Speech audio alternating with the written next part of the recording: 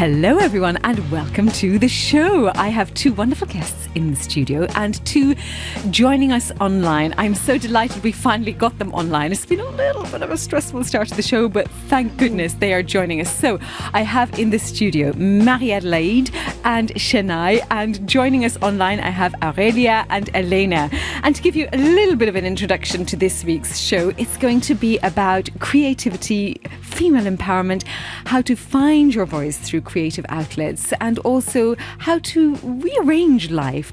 No matter what you started off life studying, we will find that life has various convoluted roads, and creativity can really help live a fulfilling life. So a little bit more about my guests. Elena Gromova, joining us from Dubai, is online. She's a fashion business consultant, business mentor, founder of Fashion Business Lab and No Rainer, and has a background in finance. Hello, Elena. Hi everyone, I'm very happy to be here. Thank you. And then I will move to Aurélia, who's also online. Aurélia Khazan is a French actress and singer, a peace ambassador to the Universal Circle of Ambassadors for Peace, France, Switzerland, has worked in many countries, India being notable amongst them, and received the UNESCO Award of Young Talent for Peace and Best Interpretation for the American film Love Me Haiti. And she has a background in law. And then in the studio, I should say, do say hi, Aurélia, so we can see you. So all of the guests who are watching. Thank you so much for having me. It's a great pleasure that you can join us from Paris. In the studio, actually from Paris, is Marie-Adélaïde Leclercq-Olhagaray. No, tell me your surname. Sorry, it's very long. How do I pronounce the second part of your surname? Leclercq-Olhagaray. That is the lovely lady I have in front of me here. She's a communications strategist, editor-in-chief of ELLE magazine Luxembourg, which launched last year. And I am holding up, if you're watching on RTL Play, the latest copy, which came out today. And who is on the cover of the latest edition? The Grand Duchess of Luxembourg. Of course. So we will talk a little bit more about that. And of course, the resurgence of the magazine market. You are also founder of your own communication company. After several years in media and the startup world in Paris, you joined Arendt here in Luxembourg, where you're also the marketing and communications director. Your background, you are a literary scholar and a geographer. And in your notes to me, you use this fabulous word, maïeutics. Now, explain to a normal person the origin of this word and what that means. Well, that's ancient Greek, actually. And when you give birth in the clinic, when you give birth, it's it's the person with you is a sage-femme, you know, a midwife. A midwife, exactly. But the male name is maïeuticien, because maïeutics is all about giving birth, but giving birth to the mind through questions and through words. So that's what I like. Well, I highlighted this in red because it was so beautiful and it's going to stay with me, hopefully forever. Senay Simsek Trierweiler, you are the founder and designer of Soul7 Couture. You're originally from Turkey. You've lived in many countries because your husband works as part of the Ministry of Foreign Affairs. Love fashion and sport. You've combined the two, of course, with your couture Soul7. And actually in 2018, that's when you founded Soul7 Couture. But in 2020, you were diagnosed with cancer, fully recovered. Yes. And you used creativity to push you through that, to help you mentally. I know that we'll talk about that a little bit. And you have now more recently participated in a number of fashion shows in Luxembourg, in Germany, and you have just come back from your latest showcase in Miami. So thank you so much to all of my wonderful women. And I must add as well, Senay, you have a background in psychology. I mention people's backgrounds because I think it gives a different context to where you've come from and how life evolves, and you have all chosen to work in a creative field. So Marie-Adélaïde, I'm going to start with you. You are the new editor, well, the first editor, in fact, of ELLE Luxembourg, which just launched last year. So talk to us about why it came to Luxembourg and what I believe, and I've just heard it in the news this week actually, in the UK, there is a resurgence in people wanting to find time to sit with a coffee or a glass of wine and luxuriate in a magazine. Yeah, that's many questions in a question, actually, Lisa. Very happy to be here. Hi. Well, ELLE is a powerful brand. It's a powerful voice for women. So it's been known since 80 years. It was born in France in 1945. And it exists in 50 countries around the world. But it still didn't in Luxembourg, actually.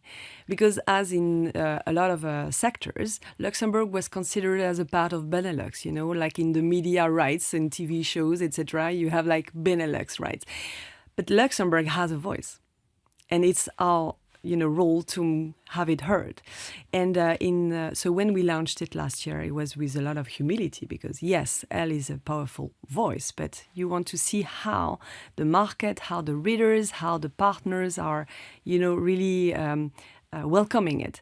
So we launched it only 2 editions last year, but it was so successful that now this year we launched 4.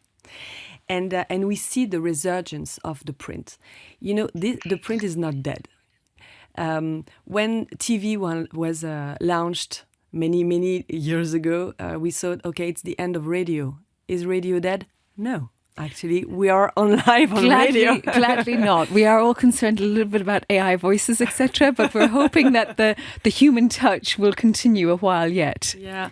And so, but of course, it's challenging the industry. Of course, the ELLE is also online. We have a live website, and every day we have articles online, so it's very powerful too. But the object of the magazine I'm holding in my hands right now is very important. The quality of the paper, the time you want to spend reading the depth articles, this is something you cannot replace. And the other thing I want to ask you about is what is the female voice that you are trying to showcase in this magazine? Because the face of fashion, we can see it around us, is changing. As we know, the people who have money to spend on fashion are older women. They're not the women coming out of university where what they want might be different. And the voice of the older female and the face of the older female is also becoming more, well, let's say, accepted in society. Alors, 2 things. First, ELLE is not just about fashion. That's very important because, and to me, it's very important to show all the facets of women. And the ELLE DNA is very strong, has 4 pillars. So you have fashion, for sure. You have beauty. But then you also have lifestyle and social issues. And to my eyes, they are equally important. So that's the first thing. And then, women of every age are reading, for sure, but the demographic of Luxembourg is a bit different from our neighbors in terms of also buying things. So yes, it's a bit older than in our countries abroad. But, the centers of interest are so broad that these women are interested in investing their money in financial services, but then buying the last fashion trend that they saw in Paris or Milan, because the Luxembourgish, I was going to say Luxembourgish women, but Luxembourgish people living in Luxembourg, because you can be French, whatever. None of us here. Yeah, exactly. Well, maybe you are, Senay, married to one, but none of us are originated from here. They're traveling a lot. So it's very important to us to have this also local and international look, an approach on many things, including fashion. But I think we'll dive more into fashion later with... we certainly will. Yeah, exactly. And so this voice, yes, as you said, is very important. Older women, but also young women. Maybe the trends, our readers are maybe between 25 and 70. Okay, that's very broad. We don't have a target group. So it's hard for you to think about where do you No, but it's very interesting. Article. The ELLE magazine, honestly, is so deeply rooted in families that you have the grandmother, the mother, and the daughter reading it. So it's very interesting to balance it in the magazine, to find centers of interest for everyone, and also topics you can share in the discussions between generations. Well, that's a beautiful thing, to bring the generations together. Aurélia, lovely name of my eldest daughter. I want to turn to you now, actually, and just a little introduction to yourself, really. Why don't you introduce yourself to us? Because in Luxembourg, not everybody knows your name. Yeah, so I'm Aurélia Khazan. I'm basically an actress and I'm also a singer. I'm a script writer, I'm a director, and I try to do many things that are meaningful to me. I mean, in terms of women empowerment or in terms of charity, because I think, we have the privilege sometimes to have the spotlight on us, and it's very important to use it to do beautiful things. So as an actress, I've built my career in France and in India. I know it's like something kind of special for a French person. And this multicultural foundation that has allowed me to explore diverse creative expressions, and from acting in films to performing on stage. And, I always, try to embrace new challenges and blend artistic disciplines. So, this is what I try to do in my life and in my career. Now, what clearly resonates with everybody is that you do many different things. And I think anybody who falls into a creative lifestyle has to become good at many different things, because if you are living on your own, not depending on anybody else as a creative, it can be quite complex, and you have to flow with the ebb and flow of the work that comes your way. How do you manage that? It's very complicated, because when you start working as an actress, you depend on people. You depend on the will of someone to work with you. When you can, it's easy to spend your time waiting for your phone to call, like the Prince Charming that's going to come just in front of your door with flowers. It happens sometimes, but this is not real life. So I think it's very important to come from a passive posture to an active one, by creating things by ourselves, and, try to find the right people to work with us and trying to make things happen. Otherwise, I think specifically today for women, this is what we have to do. And this is also what we see in everyday life. Women are mothers, they are a CEO, they are artists. There are so many different things. So I think it's very important to be in charge of our own destiny. And I know that you have a passion for India and working in India, and your own background with your parentage is extremely mixed. So you have a face that can't be placed, which is perfect for life of an actress. You can really jump into many different areas. And when you came back to France, you mentioned to me in a chat that when talking to your agent, you were saying, why can't I get work in France? And she said, well, you smile too much. Can you tell us this story? Yeah, this is funny, and this is a little bit sad at the same time, because the way you act in India is very different from the way you act in France, and the posture of women in India is very different from the one in Europe, of course. And when I came back to France, I used to have like pictures and headshots and smiling and being happy to be on Earth. And yes, I talked with my agent at that time. And she told me, the problem is like when you talk to people, you smile too much. On the pictures, you smile too much. So people take you for granted. You're not like, you don't have the distance. You don't show the distance between you and the audience. And, I was shocked, because I do think that it shouldn't work this way. It's very different. The thing is, we do things not to please the industry, but to please the audience, for them, to share our feelings, to understand stories, and to live the same thing that our own character is living on screen. So why pretending to be someone else, to be like, someone either sad or pretentious, or I found this weird. fascinating that your agent was suggesting to you should have an air of aloofness, to be separated, and you specifically just said to keep a distance between you and the audience, which many might think is not the point of everything that is happening in the world around us. I mean, if I just look at my phone, we all have so much social media, unfortunately, but it is a way in which stories are told. So I'm going to talk to the branding expert right in front of me here, and I know Elena also.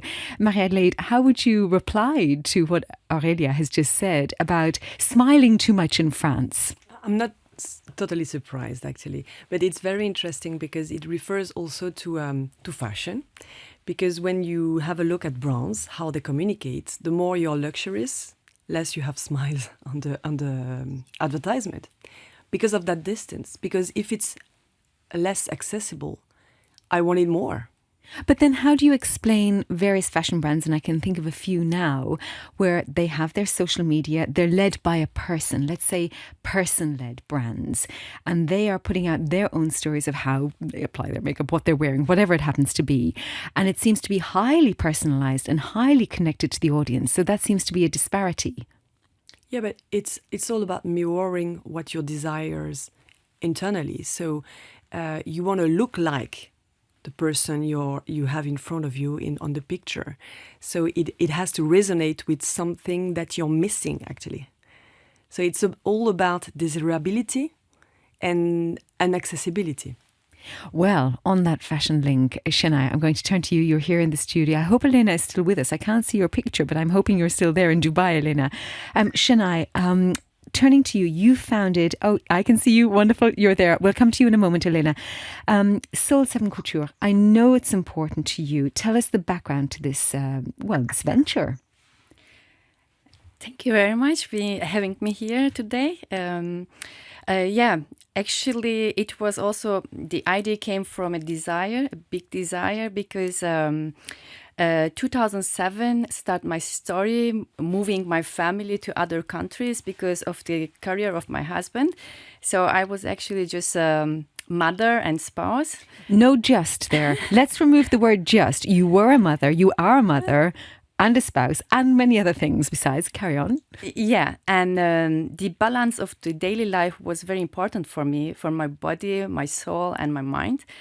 And the balance I got always from daily sports. So I used to gym almost every day. And when I was in the gym, I was always thinking I need to have something that I can use also out of gym, because we women, we are so busy with our family life, with our business life. So that's why I said, okay, I would like to create a beautiful collection with high quality fabrics that we can use in and out of gyms.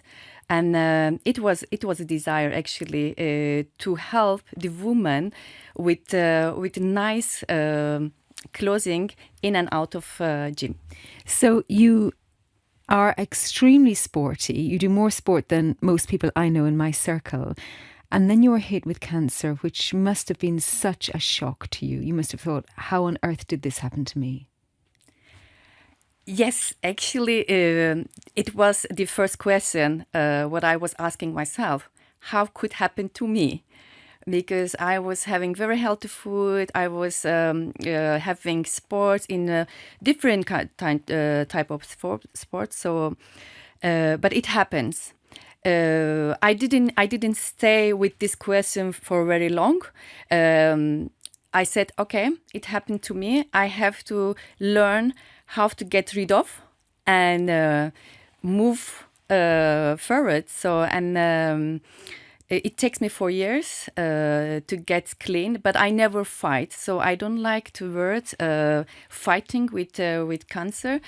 I learned to live with the cancer. So I had my dreams, I had my family, I had my kids, I had so many plans. So I said, no, it couldn't be my end. And you have a psychology background.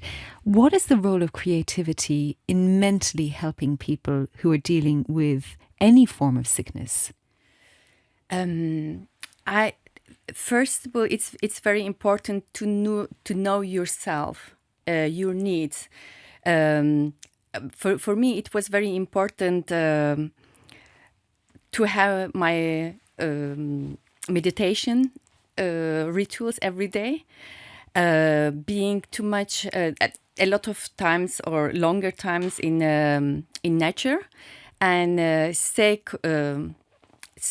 with the people around me, with my loved ones. So it gives me a lot of power, and I never give up any dream of my life. So it helps me also a lot. And then, well, I mean, you've gone on to great things. Congratulations. And we're all so happy that you can share your story and that you're here and you're pushing forward with your life and your dear family as well. And actually, I know that you're moving to Paris. So there's a great Paris link going on here today in August, I believe. So you'll have some welcome faces there. But coming back to your brand, the foundation of that, you've explained where it's come from, and you've showcased it in various places. Well, Luxembourg Fashion Week, you've been to Germany, you've just come back from Miami.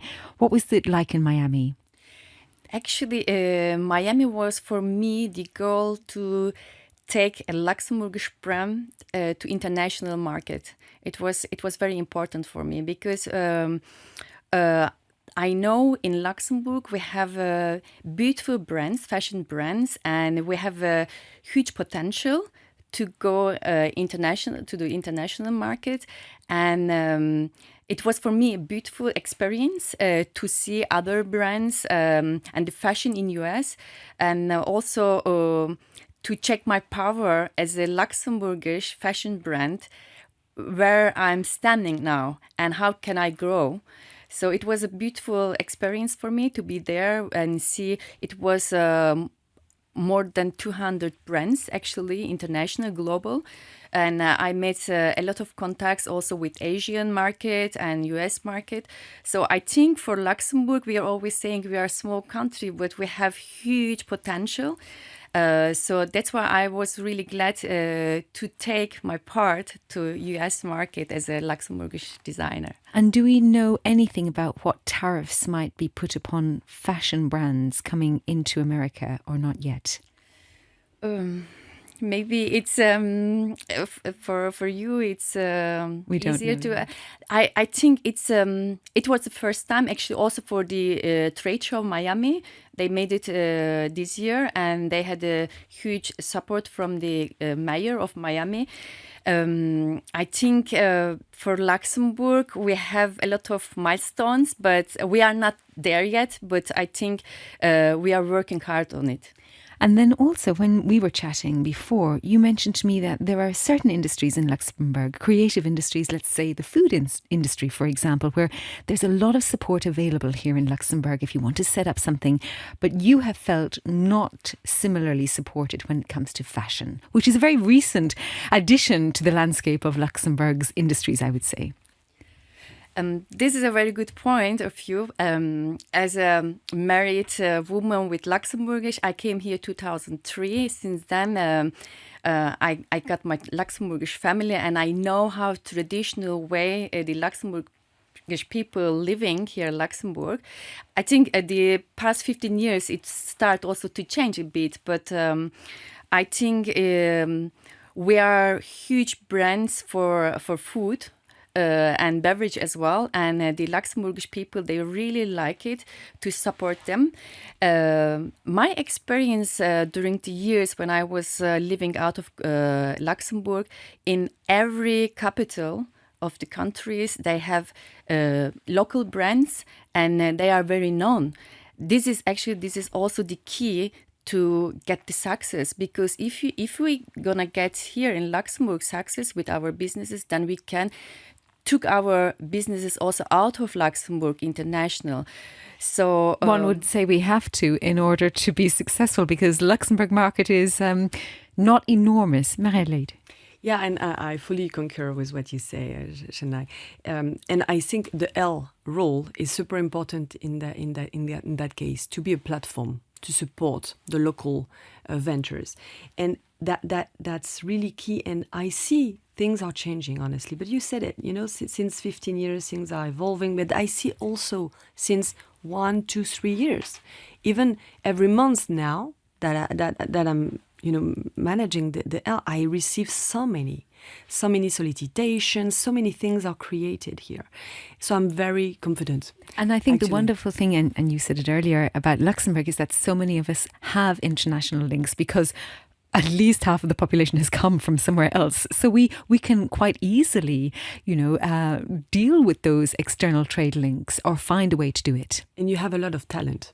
Oh, yes. Unexploited. A lot of talent unexploited. Particularly the female trailing spouse talent. Exactly. And you have a lot of, in fact, smaller platforms to help entrepreneurs in that area. And that's funny, because it's really a topic that we are dealing in the last issue, of the magazine, is if you want to launch your business in fashion, I mean, with whom you can work with, etc. And by the way, we interviewed also Elena. Well, she's featured in our issue. Have you given me the perfect segue to Elena? Elena, you are really a branding expert also. I admire what you do and your tenacity, your motivation, and you have come from a world of finance.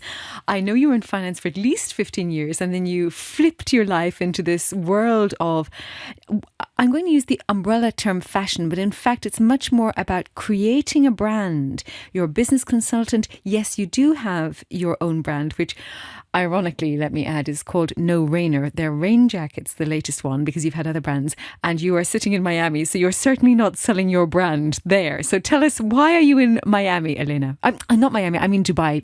Senay was in Miami. You're in Dubai. Thank you so much for having me here. And to be fair with you, I'm listening to all these talented ladies, and I'm so happy that we raised this question and that we are actually discussing it. Thank you so much, Lisa, for taking us all together. Just to mention that I came to Luxembourg 3 years ago. Before that, I lived in London. And yes, I switched my career from finance to fashion. I will say about it a few words. But when I came to Luxembourg, I had a feeling that, oh my God, where I am, what am I going to do here? There is no fashion. But I was mistaken. That was my first impression. But apparently there is a huge potential, like Senay mentioned. There is really a great opportunity to develop. And what I'm really happy about that our government is really supporting us as designers, as people who work in creative industries. I really feel it. And the recent concept store that was opened in the city center with the help of the Luxembourg Ville was also a very good proof of that. And besides that, there are so many initiatives that are happening for to support designers who have talents, who want to create something. But here I want to mention that it's not only designers who want to create. You know what happened to me? I'm not coming from creative industry. I'm coming from a usual family, and I was studying finance, and I was working in international companies, working in London. Kind of a happy life, except one thing. I was not really passionate about that, and I wanted to make something myself. And I don't know how much time I have to tell the story how I switched to fashion. Well, I know you did a huge cycle.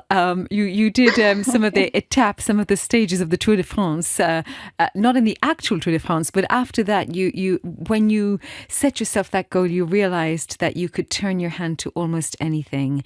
And I believe at that point you thought, right, I'm going to change. But one of your specialisms is branding. So I want to put to you the question, and also Marie-Adélaïde, what does branding mean today? To be fair, like we all already mentioned, the smiles and why some brands have a very authentic personalization.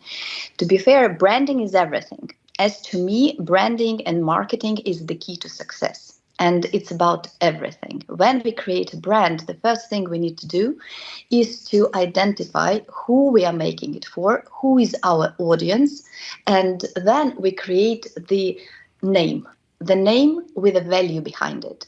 This is how we can reach our customer. What kind of face and personality we want to inhale in this brand. This is what the brand means.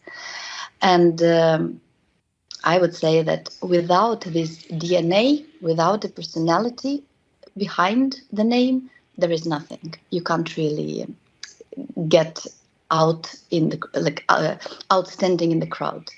And I put the same to you, Marie-Adélaïde. You're an expert in communications, and you've seen from corporations to individuals to now ELLE, how to set a brand in whatever market it is being placed. So how would one, let's say today we're looking at creative women, how would a person, it doesn't have to be a woman, just a person who has an idea, how would they start to launch this idea? I know that's a very open question, but what are the steps, the general steps a person needs to think about? Well, before going to those steps, I want to jump on what Elena was saying. To summarize, for someone who doesn't know anything about branding, you have to think that a brand is who you are and the marketing is what you offer. But you need 2 feet, okay, to move forward. That's very important. So the branding is connected to your emotions and the marketing is more connected to the needs. Okay, but you need both to create your brand. And then, and it's a very interesting question also for Luxembourg, how to set up your venture, being fashion or not, I think first, sincerity. Elena was mentioning passion. When you lack passion, you cannot go far.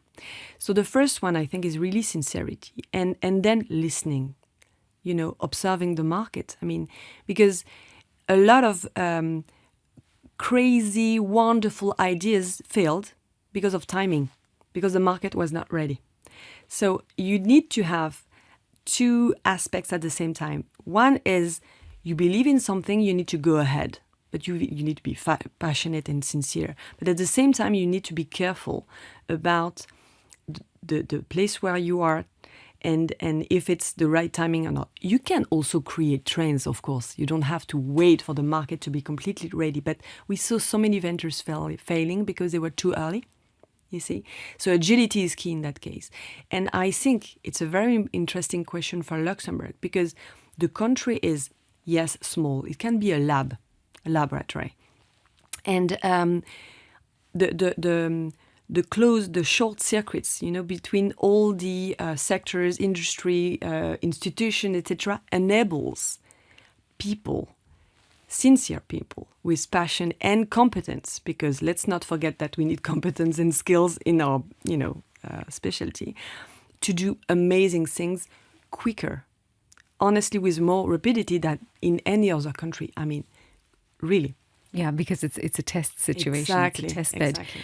Aurélia, you are a brand in your own identity. How do you manage to market yourself? I've seen your press kit. It's very impressive, of course, are your talents and skills and the competencies that Marie-Adélaïde just mentioned. How do you manage to refocus how you are communicating, branding and connecting with the different people that you work with around the world, notably India and France, for example, but not just. I know you work with the American market. You work everywhere, in fact. So how do you walk that path of having to slightly show a different side of yourself to each culture? It's a very, very interesting question that you're sending me in a way, because as you said, being an artist, you are your own brand, and it's always very difficult to be at the same time the artist and your own agent. And today we have, in a way, to be our own agents. We always take the example of Lady Gaga who started a few years back, and she was the only one who knew how to market herself in a specific way that she didn't need an agent at that time. And she created something new. And, from then, social network also helped a lot people to market themselves in their own way. The difficult part of it is whenever, all these brilliant ladies, whenever you have the opportunity to work with different cultures, different country, you cannot show yourself in the same way. For example, in France, I know it's kind of complicated sometimes because when you do different things, sometimes people are lost and they just think you are an amateur, that you just do things, a little bit of this, a little bit of that, but you're not good enough in every field to be respected in that specific field. So sometimes I do have, and I'm not the only one I know, I do need to have different business cards. So depending on the people I'm talking to, the person I'm talking to, I need to take this business card and, okay, I'm a director. Oh no, I'm a master coach because I do that too. Oh no, I'm a peace ambassador. Otherwise, it's always complicated. And, on the other hand, it's also easy to cheat in a way, because today you can create almost anything and everything through social networks, through AI. So it's important to, I think, it has been said previously, to be sincere, no matter who you're talking to, because people can feel the sincerity. And whenever you market yourself, I do think through medias or social network, people can feel this sincerity. They can, maybe they will not like it or they will love it, but they will feel that. So I do think that the main part of the marketing is to be sincere, and then you need to be smart to understand the market and to see what is the best for this specific market. And this is for me the difficult part, because I don't have always this mindset, but this is what I try to do, and always to be sincere with what I do believe and what I want to say.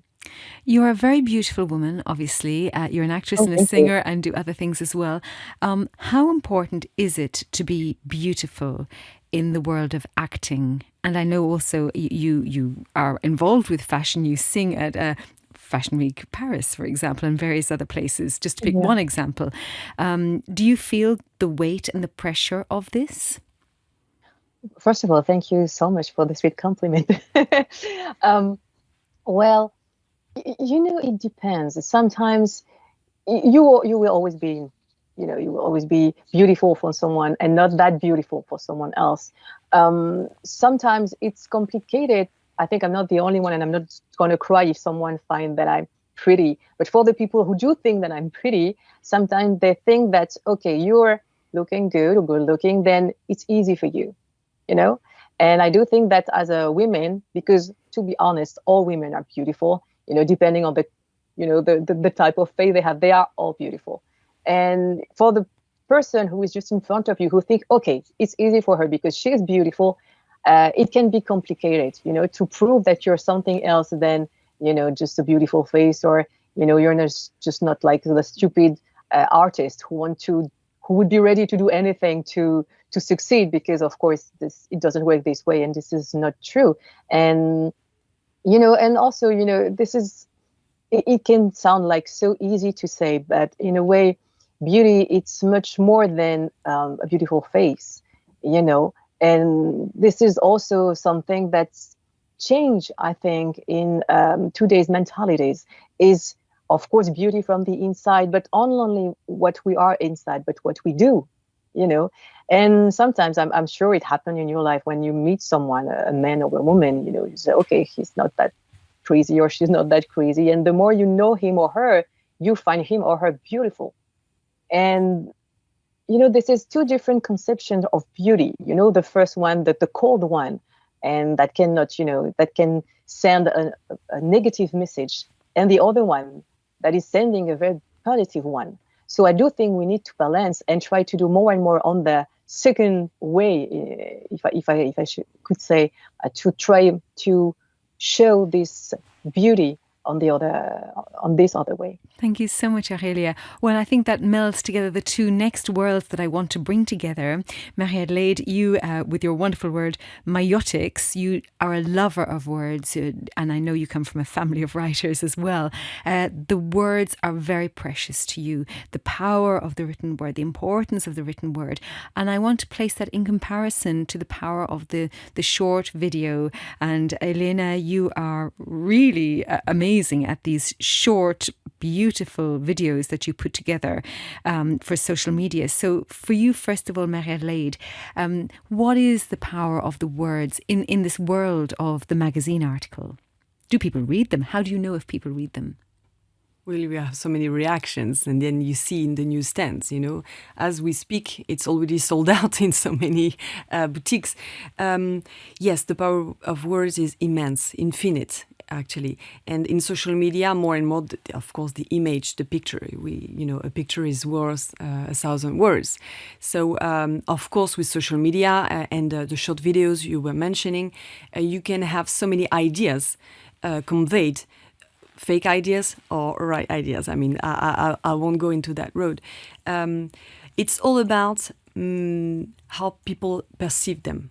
So I remember when I was a little girl, my father used to tell me, communication is not about what you say. It's all about what I understand, what people understand. So I don't care what you said. That's what I understood. So every time, that's my focus all the time, is what people will understand. And sometimes you cannot anticipate because of cultural difference, background, etc. So you need to be really aware of the power of one word and to choose it wisely. Absolutely. Well, you said that so beautifully, concisely, and I love some of those phrases that your father endowed with you as well, and that feeling that if you're turning up as a person, as an individual, how you present yourself. I mean, you're always immaculate, you have an air of elegance about you and intelligence. You carry that without saying a word. It's clear. So for somebody who isn't as confident as you, well, I'm assuming you're confident. Actually, there's another assumption because, sometimes we carry ourselves as if we're confident and inside it's not always the case. What would be your advice to somebody? Honestly, it's a journey and it's never finished. It's all about knowing yourself and reconnecting to your inner voice. We were talking about sincerity. Being sincere is knowing with what you're sincere. So you need to be honest about your dreams, what you want, who you are. And it took me years and years and decades. You're not that old, please. to know myself. And probably that's what you see. Because maybe you see someone who's aligned, because now I feel aligned. Maybe I wasn't a few years back. Well, as you say, that is the journey that we all go through with the upending of teenagedom, then into the first forays of our adult life, trying to find which direction to go. And as all of you have proved, the directions are different. And to jump on something you said, Senay, about sport for you, that was so important. I think, knowing yourself, it can be a bit broad and a bit difficult. It's honestly reconnecting to what are your resources. Why do you feel good? What makes you feel good? And if every day you do something or you leave room for things that brings you light inside, then you're on the right path. It's not something like philosophical, so complicated, Reconnect to things that make you feel alive. And what is that for you? Well, honestly, nature, for sure. Nature, spending time with my loved ones, but I love silence also. I need to reconnect with the silence of myself. Well, I fully approve of that. Anybody who really knows me knows that I need to take myself away for a few days just to recuperate in the forest with my dog. Elena, I want to come to you because just reverting to the previous topic of how you use social media and the videos that you produce are absolutely beautiful. I don't know where you get the time to do them, but what is the voice that you're trying to carry through that, and how does it work? How successful is it? Is this the 100% the main method of how you sell your brand, your business, and also No Rainer? Thank you so much. To be fair, it's the same as just the ladies said, that for me it is also a journey. And to be fair with you, I was very shy, and it took me time, and I was actually creating challenges for myself to overcome the fears. And now social media and the short videos, it's very easy for me. It doesn't take much time. It's very easy for me to talk. And I realized that nowadays it's possibly the easiest way to get information, to transfer the information to my audience or to people, because the minds of the new generations, they are much faster, and they want information faster, and you need to be quick. Basically, it's a kind of a skill how to put in, 15 seconds or in something very short, the main idea you want to, to get to your customer. Yeah, like what do you want to tell them? But of course, it's not the only way, and it's not the only source of marketing. Let's put it that way, because of course you still need to open some deeper sides of the business you are talking about. You can't put it in 15 seconds or less. It's just a very good hook to catch attention. I think for people who have brands, who are selling something visual, you need to remember that, yes, if it's visual, you need to catch attention of the customer. But then you need to open the deeper side. You want to show what is behind that picture. And as to me, I'm using a lot of speaking at the moment. Like, this is why I'm in Dubai, by the way. I was talking to a very big audience of almost 500 people, and it was my first experience. Another challenge for me. Congratulations. We spoke about this last week. I know that you were there, and you were very kindly supporting other fashion industries of Luxembourg, because obviously nobody in Dubai needs a rain jacket. Absolutely not.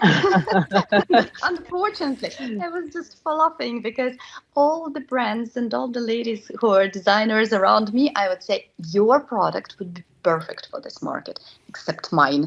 But I think this is a blessing for me to actually help others in this respect, in this field. I am extremely happy to be there and to do something for Luxembourgish entrepreneurs and designers. Thank you, Elena. And also, I was just smiling because you opened up by saying, in just the last statement, that you were also shy.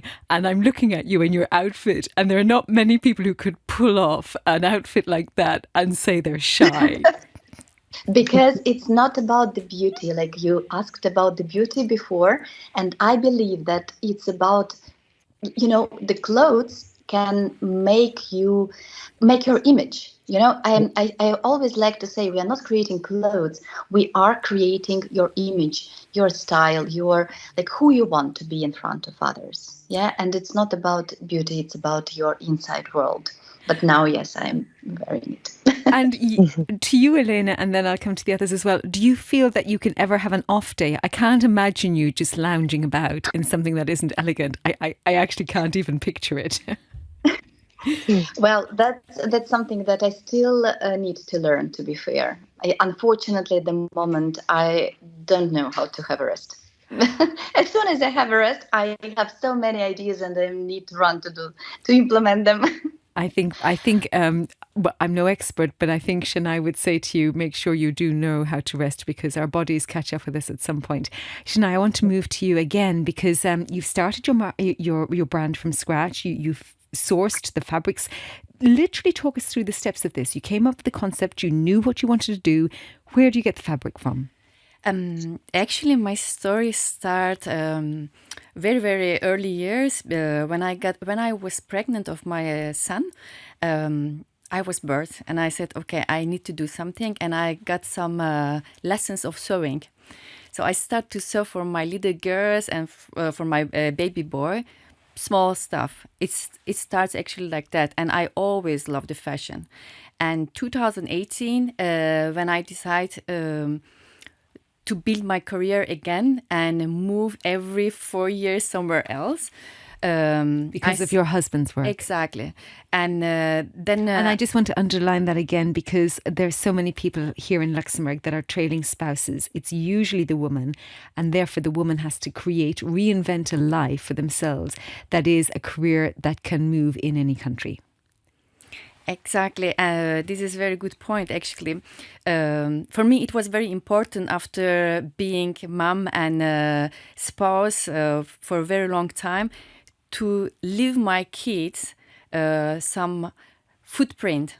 So because I didn't want that my kids will see me just at home as a mom, they should see also my powers, my power of building a business and creating beautiful business as well. So 2018, actually, I started because we were living in Poland, and Poland is actually.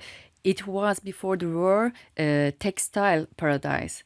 And when I got to know this small city, Łódź, I went there and I was checking all the fabrics. And then I attend to fabrics fairs. And I start to make pattern in my own house, actually. And we were talking about the branding, and I was laughing here because it's very funny. I remember how I draw my brand name. Do show it for the camera for anybody. Hold it up, because I know you have a shirt here. It's a circle and it's a circle and Soul 7 written.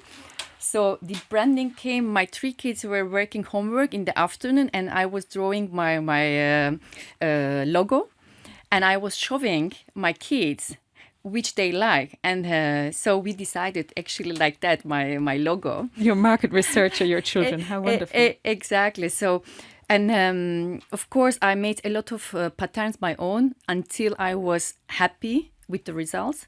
And then I I came to Luxembourg and I made all the paperwork because without having any company, you cannot start to produce your items. So actually, it was my second university because I was learning so many things in to get success. And I came here 2018. Do you think it's easy to set up a business in Luxembourg?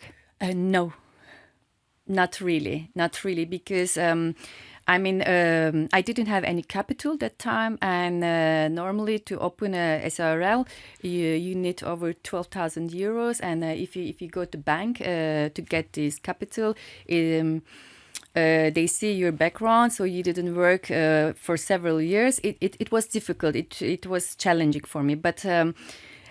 It was my dream, and I set my goal, and I said I will go through. So I got private investor for this 12,000 euros, and then the paperwork was very easy. I got all my papers in 7 weeks, and I could start to produce. So the main problem, just to pinpoint where the problem in the business creation was, is the capital. Yes.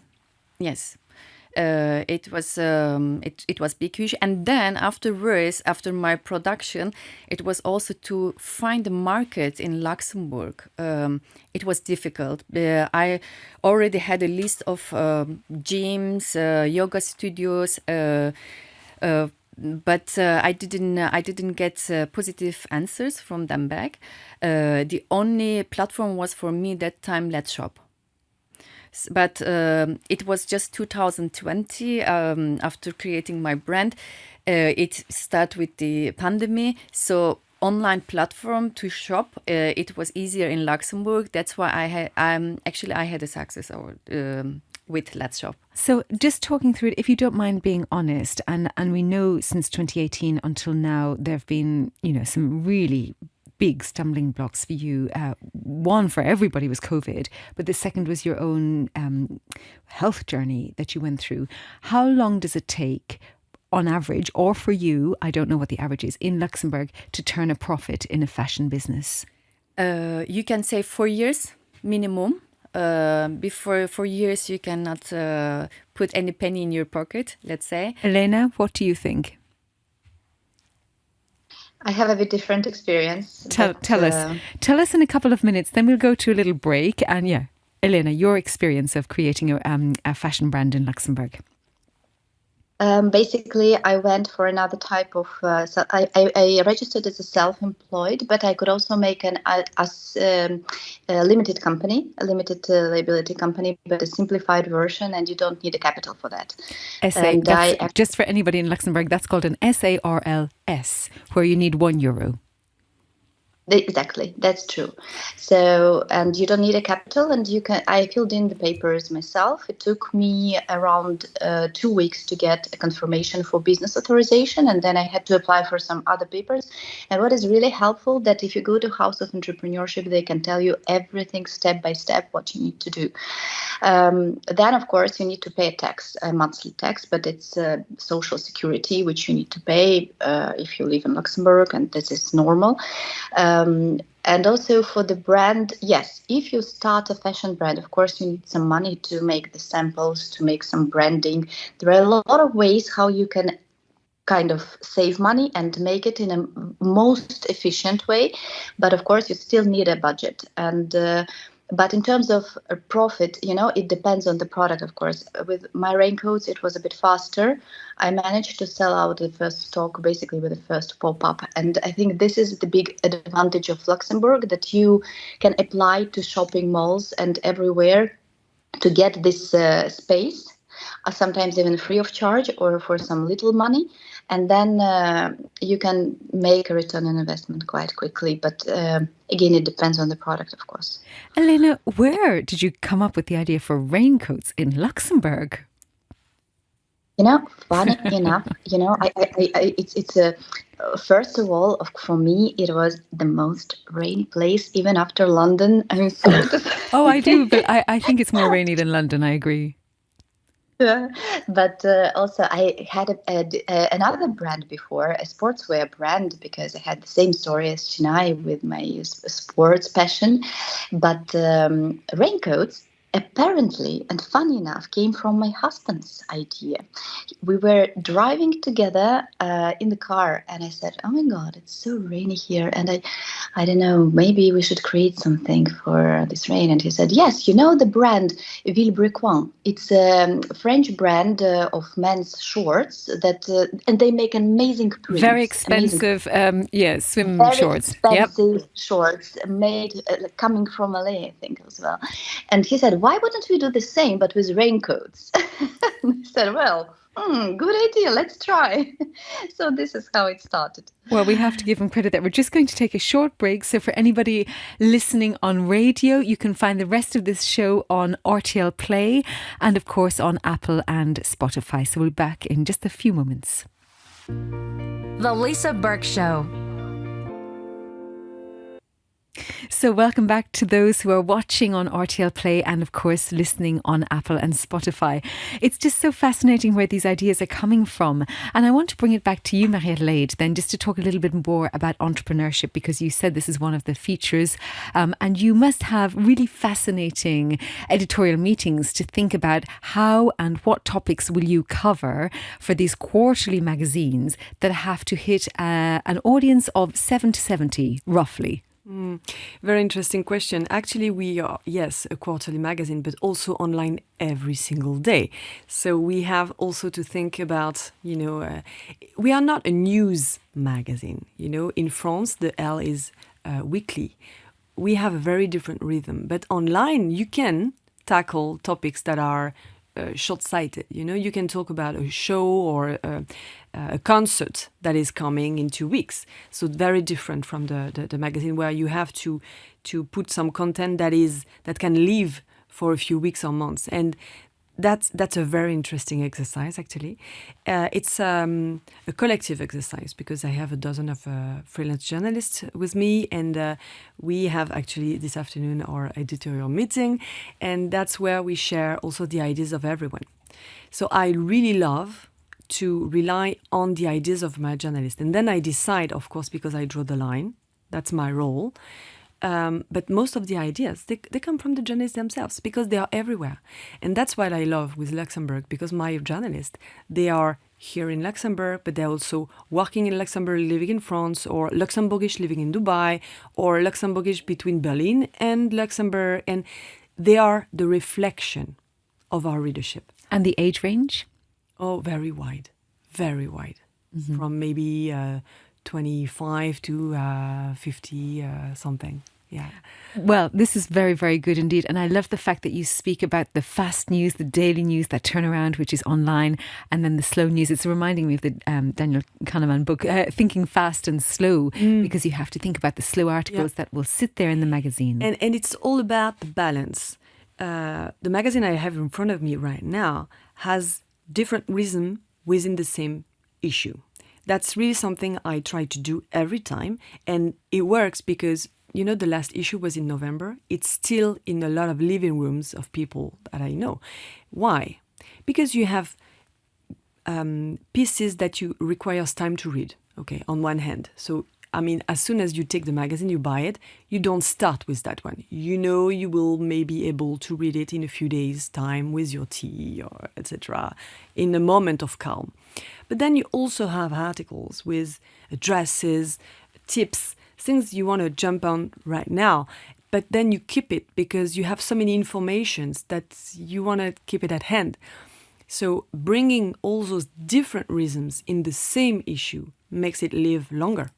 And how do you think, obviously we all know that Maria Theresa is the Grande Duchesse of Luxembourg. She is, I just hold it up one more time for the camera. She is the front page, the cover girl, let's say, cover lady. for this edition, this quarterly edition. How do you think about, because in the previous editions you found incredible women with incredible backgrounds, and I must say it isn't about beauty, it's about talent and depth of a person. Exactly, about the voice. We're talking about the voice, the beauty of the voice, something to say, something to share, and something that can echo our readership. Elle is both local and international, so I tend to alternate, a figure from Luxembourg and then an international figure. So be prepared for the next one, will be more international. And the choice is really about what they have to say, what they have to share. And last time with Katia Beniachvili, incredible musician, she was sharing her journey and her passion of music. This is something very interesting to read, how her connection to that world, and she's a genius, honestly. And now with the Grand Duchess, it was really an intimate and truthful discussion we shared, because it's very rare for a person of that caliber to share intimate experiences without filters. How long did it take you to get the interview with her? Well, it's a journey also. It takes many times to meet and to build trust. And that also, it's all about the gaze you put on the person. And as soon as the person in front of you knows that you're here to give a platform, to understand better, you're not here to judge, you're here to understand and share, then you can move forward. So it took a few months. Well, congratulations. And you're right, she does not give many interviews. And I must say also, with the previous interviews that you've done, always online, you have put beautiful captured short story videos. So there's always this flourish of a different way in which to show a story. And I guess one good thing about social media is that it does give us that platform to show the voice, as you call it, in many different ways and with many different colours. Aurélia, you are the brand. You are the person that people want to interview. I've seen through your press kit, you've had so many interviews and publications as well. How much of yourself do you give away in an interview? It's interesting because I think we share all we have something in common. And Elena just said that she was very shy, and I am very shy. It was very difficult for me when I was younger to ask for my way on the streets, and to go and buy bread. It was very, very complicated. So it seems funny now because people said, okay, she's coming on stage, she's ready to talk in front of 1,000 persons. It's not a problem, but whenever I'm being interviewed, I always feel very uncomfortable whenever I have to talk about my intimacy. I mean, my family, or all that is not professional. All my work, all that is about my work is not a problem at all. And even my position on some specific topics, I don't have any problem to talk about that. But whenever it's, about my family or the people I loved, I feel very uncomfortable talking about that. So do you keep a sacred space? I remember Dolly Parton, of all people, saying that she keeps a piece of her just for herself, even away from her husband. There's a part of her she keeps just for her. Have you managed to know what your boundaries are? I do think so, yeah. It takes time. We were talking about the fact of being confident, or sometimes giving the illusion of being confident. And with time, I learn more and more to make the difference between being confident and between confidence and self-esteem. You know what I mean? It's easier to feel confident because you can do the job, because you got an award, because you got the job in the company. Okay, then you can do it. But self-esteem, it's much more subtle. It's having confidence about our own self. And, sometimes it's very complicated to work with that. And I do think that everyone need to work on that. And knowing that, it's easier to say, okay, stop. This is my own self. This is for myself. And I need to take a step back and to stay with myself for some time, and not to deliver something that can, sound so stupid. It couldn't be a big deal to talk about that. What gave you something that needs to be secret? Sorry. I was just going to ask you, because all of you have this massive creativity in your working lives and in yourselves entirely as well. Your working life is a reflection of your inner selves. I can see that in all of you. Why did you flip from law? What gave you the confidence after studying law? And I know you were a classical musician as well with violin. How did you make the decision to jump? Because you weren't relying on, as I understand it, a partner's paycheck. It's you on your own doing this creative life, affording it by yourself. How did you make that jump? That's life. I started being a violin player. I wanted to be a professional violin player, and life made that way that it didn't happen, because I had an accident and I couldn't play violin the way I wanted to. When you want to be a professional music player, you need to work 5 hours a day, and when you have an accident and your arms cannot work that hard, and you need to think about something else. So I always been very interested in acting and singing, but at the time when you're young, you need to think, okay, I need to pay the rent. So I wouldn't say that law is not interesting. I'll also do coaching now because I'm very interested in that. But it's a way to learn different things, and whenever you learn different things, it's also you can use it in your artistic field, because you meet different persons, different characters, and whenever you read a character on the script, you think, okay, it reminds me of this person I met in my other professional life. So it's not like it's two different opposite ways. I think it can go together. But financially, it's much more frightening for people to jump into creative world, because it's not as secure as the world of the corporate law firm. So what was it that made you do that jump? You said earlier that was so right, that sometimes your body is telling you. You know what I mean? I do know what you mean, yes. Yeah, your body is telling you, okay, I cannot wake up this morning, or, it hurts, or, I cannot move the way I want to move, or I fall sick and fall sick and fall sick. And then you said, okay, maybe there's something wrong in my health. And then you do the blood test and everything. And you said, okay, maybe it's because my way of living is not aligned with what I really feel like doing. And I think this is from that particular point that you decide to do whatever you feel like doing, even if it's very difficult. And there are always, a possibility to jump into the artistic field, with keeping some other small activities just in case of, And I think a lot of artists do that, even if they don't say it, because it's not possible to keep on living just with songs and movies.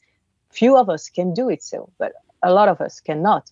We pretend we do, but finally we do not, because we need to pay the bills like everyone. So I think this is these 2 points. The fact that you feel inside yourself that your body is telling you cannot keep on doing things you don't feel like doing. Otherwise, you won't feel good. And on the other side, okay, I can jump into something very artistic, but from time to time, I need to keep in mind that reality exists, and I can still do few things on my other field to keep on, putting the activity on the way. Well, just to close up then, because I can see my colleagues need the studio now. We had some technical difficulties at the top, and I just want to wrap it up really. And I'm going to turn to you, Elena. You have made also that jump from finance to fashion to branding. How would you empower other women and men who may want to try to find that realignment within themselves and to take those first steps? It was proved already that every one of us has a DNA of a willingness to create. So basically, it's in our DNA to create. And I meet a lot of people who are dreaming of switching to some creative industry. And, to be fair, the worst is not to try. I always say, imagine yourself in 10 years or in 20 years, and you're doing the same thing and you have never tried to actually do something that you are really passionate about or you really want. So I believe that the best thing you can do, just find some time, or maybe find a person who inspires you, who already went through this journey in the industry or area you are passionate about, and talk to this person, maybe even take a coach and make the step forward. Yes, in my case, it was a challenge that helped me, but not everyone wants to do the Tour de France or, I don't know, marathons. So I believe that there are It was better a ways. challenge to yourself, but you had also already posed that first question to yourself. Where do you want to be in 10 years? Because I remember you speaking about that as well. So that was the primary step. Senay, you have weaved, sewed creativity into your life, and you have that alignment with yourself through your meditation, through your sport. How can you inspire others? Without dreams, we could not exist. So we have to keep dreaming first, because if we are having dreams, then we can have them in real world. So everything starts with a dream, and dreams doesn't have an age. So doesn't matter how old we are, we can always keep going and keep dreaming. Well, that's a relief. Marie-Adélaïde, the lady with the words, you have the final words here. I'm coming back to listening to your bodies. I would add to that we need to be attentive to the weak signals. And we shall not wait for our body to scream, but really take the time. And that's a struggle, to find time in our days, of course, but to find the moments to listen to the weak signals from our body. And that's when you know when you're on the right path or not. When you're sitting in a room, you know if you feel comfortable or not. When you do something, you know if deep inside if you are comfortable with that person or not. Hear that out. I love that. I did want to end on that, but I have to ask you one more thing. When you are interviewing people then and you're meeting people have you ever met somebody who hasn't got that? You can feel it. You can feel that energy from them. They're doing a job that doesn't sit well with them. Well, in any many times, but the most important thing is if we have the empathy, if we see the signals in other people, is to make them comfortable and to tell them, because sometimes our role is just to be the mirror for the other ones. So let's take that opportunity to give our hand, and share that moment for that person to express something that maybe she's not aware of. Thank you so much. Thank you all so much for your time. And really thank you for joining us from Dubai, from Paris, from Luxembourg, jumping in from Miami.